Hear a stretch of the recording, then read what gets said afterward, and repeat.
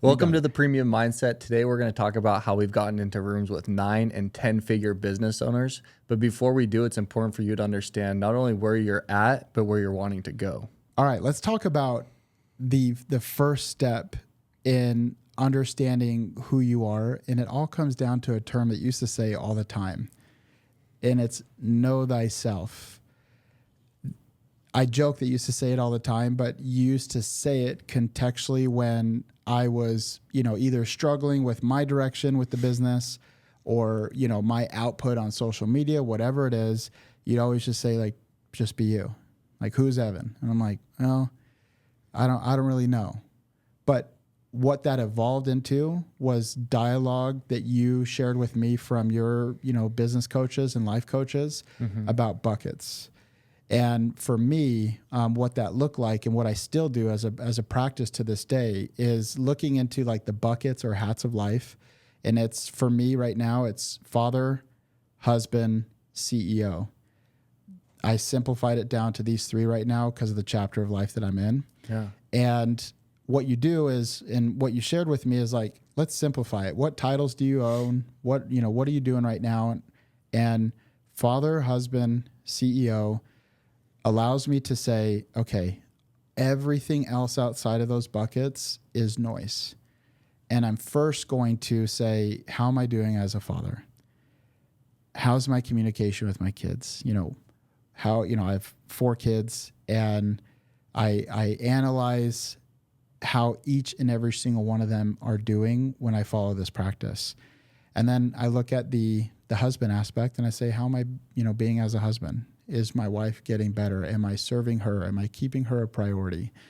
And then moving into probably what more of the listeners are interested in is the bucket of CEO. And what this practice has allowed me to do has less to do with like, how am I doing as a CEO, and more to do with like, what traits do I lack that I need to embody to be the CEO and leader that the team needs, not only now, but for the direction that we're going. And I feel like I've been able to do this practice every few months because one of the things that I've always appreciated about you is that you consistently invest in personal development. Mm-hmm. And you've done that as long as I've known you, paying high figure, 6-figure amounts to have people assess your life and help give you the best formats for directing you on where to go and where you want to go. But maybe walk us through a little bit on why that's kind of been important to you to not only just read a book on self-help, but you actually invest in having life coaches and business coaches proactively teach and coach you. Yeah, I feel like knowing thyself is like there's many different facets to it, but I think where I focused on is like knowing thyself where I'm weak, or knowing myself of like what makes me happy. And what we're talking about today is getting into 9 and 10 figure rooms. Why do you want to do that? Like, let's start with that. Right. Why are you wanting to get into those rooms? Like, why? Right. And so once you understand that why, is it for connections of where you're wanting to go? Like, I'm wanting to be in those rooms right now personally because I want to build my personal brand. When I was a business owner, getting in those rooms wasn't as important to me. Getting in like 8-figure rooms with people that are millionaires and 9 figures with people that have sold over 100 million. Like, I want to do that because I can get advice from them. But someone that's just starting a business, like the 9 and 10 figure rooms probably aren't your rooms. Right. And so knowing thyself is understanding like, where am I at today and where am I wanting to go? And it's the same exercise that we do with like, hey, if you want to make $1 million a year, break it down into bite-sized items of what you need to do every single day. Right. And so when we talk about, this being a core principle of networking, it's knowing where am I weak right now? Am like, as a CEO, am I weak on leadership? Okay. Like, know thyself and be honest with yourself. It's not a bad thing. No one's supposed to be this dynamic CEO when they start a business. Right. But if you're kidding yourself and if I'm a bad, if I'm like, that's one of the things I love about you is like, you're great with people. I don't feel like I'm that great with people and connecting. Like, it's something I've had to really work towards the past probably 8 years is what I've really been working on it with. Like, I think that's why I've been gravitated to you so much, is like, Evan's this great dynamic leader with people. I want to learn from him. That was knowing myself and being honest that, hey, I'm weak in this area. Evan's great. I'm going to try and hitch my wagon to him for a little bit. Not very long, but just for a little bit. No, but you know what I mean? Yeah. And so one of the things that I love getting into like the value vortex of my book is that. So one, you have a book coming out. Yeah, we have a book coming out probably January. We don't know for sure, but January I think is kind of like the soft launch day. I'm really excited about it. Originally the book started 2 years ago, and like I was introduced to this ghostwriter, and not introduced, he worked for us as a copywriter, but I didn't know he wrote books. Right. And so it's like, hey, Lexi, my assistant at the time, like, go find some people that can write some books. It's like, hey, do you know Clay, who's worked for you for this, how good I am with people, right? It's like, do you know Clay writes books? And so like, at first it was like, man, I don't really like, this is a cool idea. I didn't know if I was selling Green Mango at the time. And then it was like, when Green Mango said, yeah, like when I knew I was selling Green Mango, it's like, hey, this is the end of a chapter for me. I want to write my book. And originally it started out like, of course it'd be cool to sell a bunch of books, but I want to tell the story for my kids. Like, I wish my dad had a book about his growing up, and I wish my grandpa had a book about him. And so that was kind of the framework that I when I sat down, I was like, hey, I want to write this book for future generations and my generation of kids to read, of knowing what it's about. And so what was cool about this process is Clay came down, and for 3 days he sat with me all day, which is a lot, but it's like he went through all my coaching notes, like 2 years worth of coaching notes once a week for an hour, like read through all of them, met with you, met with other business partners, met with my wife, talked to my parents. Who else did he meet with? Like, he went through my journal. I gave him full access to my journal. You gave them, which is crazy. I gave him my journal. He's like, "Can I have your journal entry?" I was like, "I got nothing to hide, bro." I don't want to write. He went through my journals, which is like super crazy. Anyways, the great thing that came about it is that he's like, "Dude, here's 9. We call it the value vortex. Here's 9 things that made you you." Yeah. And like, that was the ultimate guide for me of knowing thyself.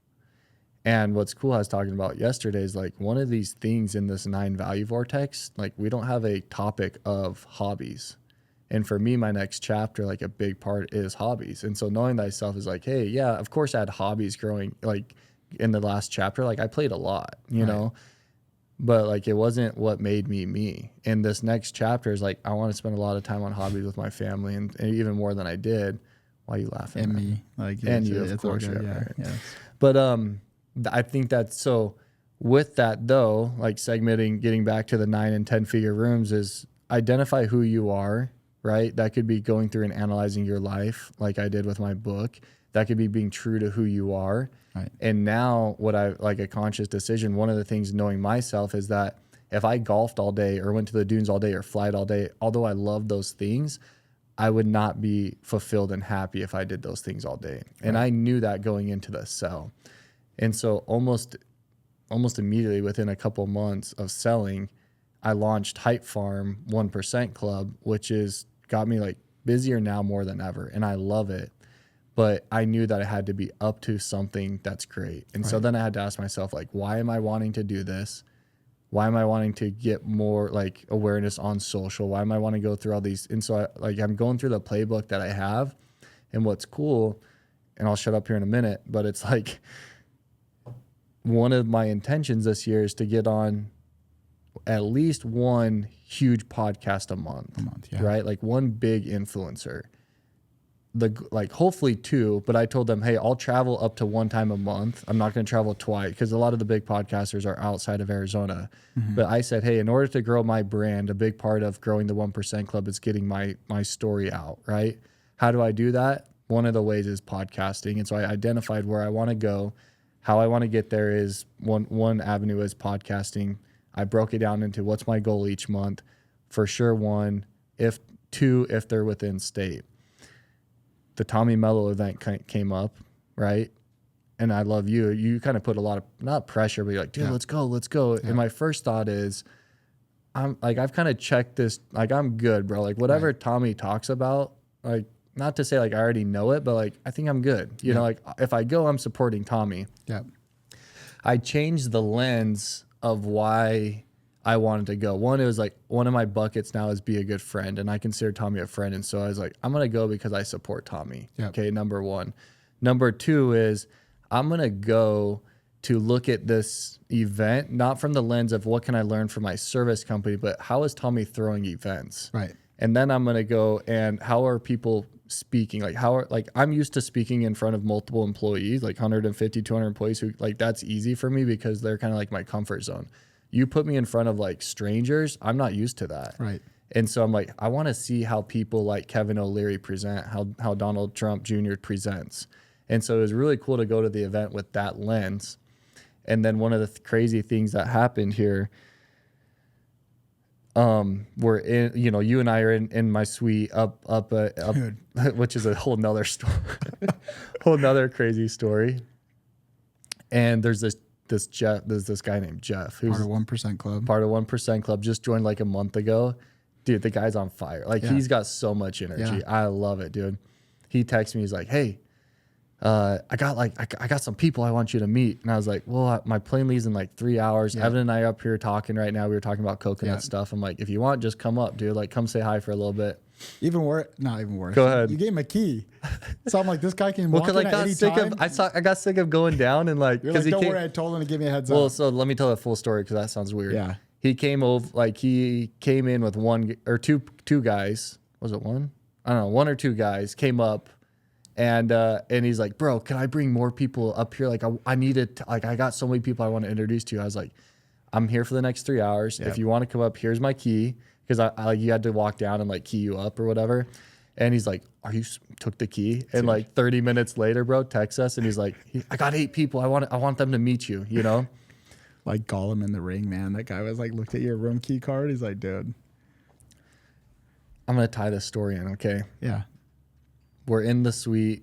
We're talking to these 8 business owners. It was so great, like awesome.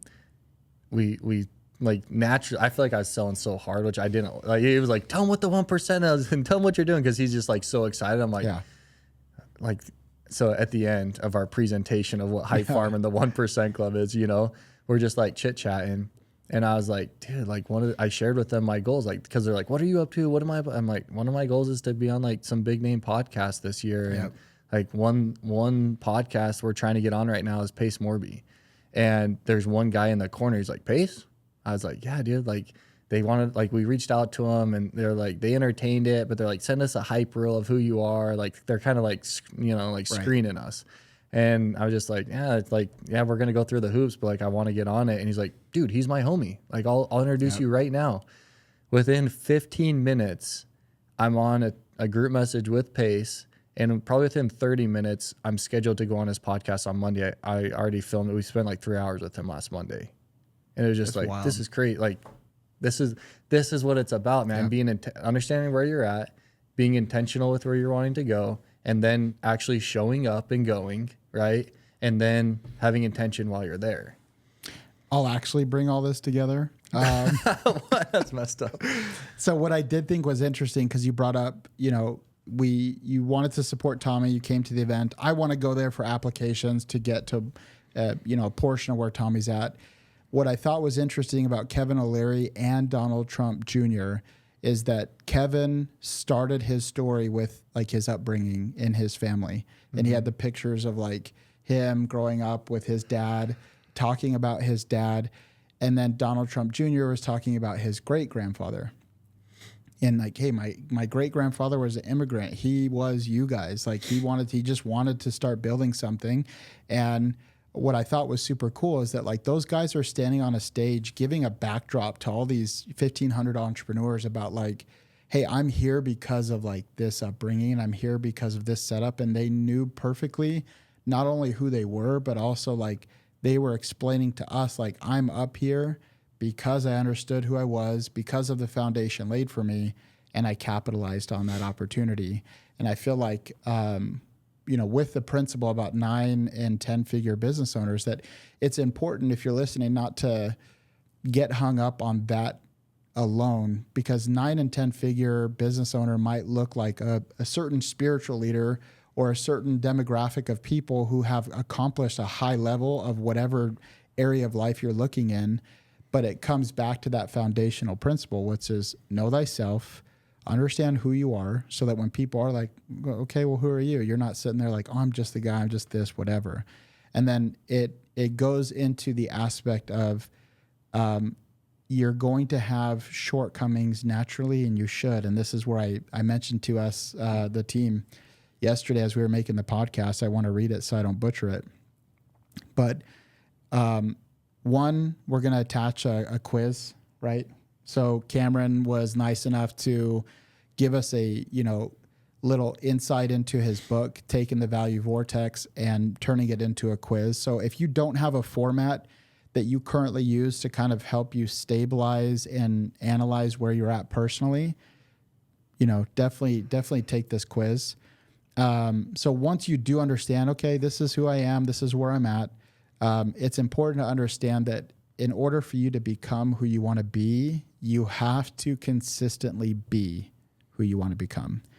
And while there are many traits that go into becoming a person of value to not only your own personal network, but also to a demographic of people who have accomplished a lot, we wrote down 4 principles, and we'll quickly go through those. But I just wanted to share really the first one. So really quick, we said it's important to be humble.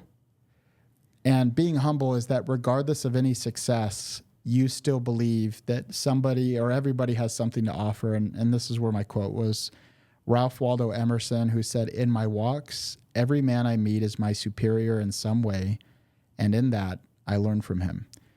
Humility is extremely important. So we're talking about traits that will help you succeed when you do end up around somebody that you really look up to or that has accomplished something that you want. I mean, this is essentially the formula that we've created to become a great networker. Yep. And the first one is humility. Yep. Right. And that's why I love that quote that you read. Yep. And it highlights the Pace Morby thing is that you're in front of a demographic. And I will say this because, you won't, but we observed it, that there was a star effect that they had. They were like, dude, I'm in Cameron's hotel room. He's the 1% founder, Hype Farm. He had this huge exit. But even in that setting, you're like, guys, this is where I'm at and this is what I'm trying to do. And for you to tell that demographic, here are people I'm trying to get in front of, just the demonstration of that humility allowed for that connection to happen. So in every walk of life with your own personal network and where you want to go, humility is extremely important. Yeah, I love that. And so the second one is intentional. I want to tee this up with you because one of the things with understanding where we're at, but Yeah. more important, not more important, but specifically in your arena is Coconut Yeah. and franchising. And you reached out to me, I don't know, how long ago was that? 5 months ago, 6 months ago? Yeah. And you're like, hey, Jeff Duden is the king of franchising. Yeah. Looks like Jeff and Tommy are friends. Yeah. You're friends with Tommy. Can you reach out to Tommy for an introduction? Yeah. I reached out to Tommy. I mean, within a week of that conversation, Super that quick. text, we were at dinner with Jeff and Tommy, and it's I was funny. blown away. Well, what was funny is so we show up, and I think that was the first time you blew out your knee. I'm Yeah. like, who's this gimp with me walking it? No, just kidding. Just hobbling along. So we sit down and Tommy, we're kind of having our little banter, fun talk back and forth. And Evan sets his phone out on the table and it's got his notes open on the phone. And Jeff can see it and he just looks at you and is like, so it looks like you're ready, man. Go ahead. Fire away. And I laugh, but that's the point. Being he's first being humble, having humility, then being intentional. If you actually are lucky enough, which you will be, to get in those rooms, don't waste that opportunity and take advantage of it. And so talk about kind of the game plan that you went, the intentionality that you had, and then I want you to share the success that's come from it. Yeah. I think that addressing this also addresses the last 2 principles of being curious and then also being a person of reciprocity. I think there's no greater gift than you can give to somebody that has accomplished certain heights, has written the books, been on the podcasts, to show them that like what they've already put out there, you've learned from. Yeah. And so this, you know, I had it on the dinner table. What you mean by that is like, don't ask elementary questions that they've already Yes. put. Like, I hate to say, but like one guy asked me about basically he was asking me about delegation today. That's in the 1% Club. I'm like, bro, go read the playbook. Yep. If you still have questions, I got you. But go read that to me, first. Yeah, to me, it'd be like if someone's in the 1% Club or they've been around you for a little bit, you're coaching them. They're like, oh, you did pest control? Yeah. It's like, oh, dude, like, wow. I'm helping you with all I'm this glad stuff. you Like, said that. That's okay. Keep going. yeah. So, and here, like, I want to talk to the people that maybe have some insecurity about, like, you know, you see Cameron, you see the accomplishments, the helicopter. I mean, like, genuinely, like, you might look at that and say, like, oh, Cam, like, well, you have these opportunities because you're who you are. But it's like, I've watched him over the years carefully and intentionally put together this person of what everyone sees. And when I was sitting there at that table, I genuinely felt insecure because I was like, they were talking about helicopters. They were talking about the car or something like that. And you just got your new car. Am I allowed to say it? You say you just got your new, you posted, you just got your Rolls Royce, and they were talking about it. And it was so cool to see how they talked about it versus how like maybe other people might talk about it. They were just like, dude, that's so cool. And I was like, dude, I've got nothing to offer, so I'm going to sit here and listen, but then I have my questions. And and so I watched 4 different podcasts with Jeff on it.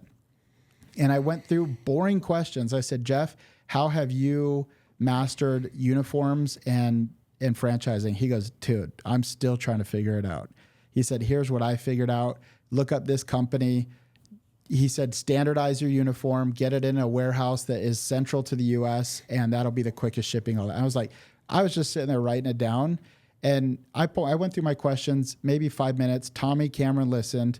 Tommy didn't chime in. Jeff literally just helped answer very simple questions that were carefully thought out that would accelerate the path of me getting the answers I was looking for from a person who has said to the world, this is who I am and this is where I want to help people. And then I got through my questions, and that was a springboard for him to say, like, so cool, where are you guys at? So Cameron, like, what's your play here? What are you doing? And I feel like to everyone out there who is trying to figure out what you have to offer, it's not necessarily what you have to offer. It's what are you already doing with what these people have put out there, and what can you do to accelerate the rate of learning when you do have that opportunity to be in front of them. And I think there's no greater gift than I now can say that I saw him 6 months later at Tommy's event, and I said, I did these 2 things and this thing. And he said, thank you for not just being someone that asked the questions and not doing anything about it. It's when you're just doing that for the clip. No, I swear. So we were having this little private conversation. I said, hey, you said this, this, and this. We've lowered our acquisition cost. We've got this ready with our uniforms. We are like, we're dialed in and ready to go. We have our FDD being updated to have more white space.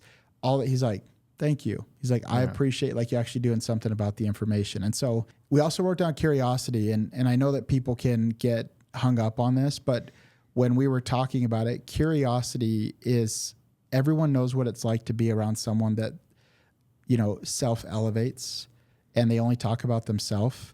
And so curiosity in the context of having this trait around these people is not question after question and bombarding them, but curiosity is showing up with a state of interest in how you can provide value to them or what you can use from them that would make them the happiest because their lessons and, you know, lessons they're trying to give to help prevent the scars means the most. And so going into a room where you don't feel the need to just blah, blah, blah about you, yourself, your accomplishments is important because you start showing up and you have genuine curiosity for what they're up to, how you can best utilize the things that they're trying to give off.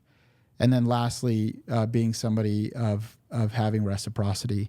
And very simply, that's being able to give without the expectations of getting something in return. And I feel like the best opportunities that we've had are from me watching you offer something that was not necessarily of little value, but like those people can pay for a helicopter ride. Those people could, but I remember you just offered to, I forget the name, Heavy D. Yeah. You just offer your helicopter for transport for a political event in Sedona.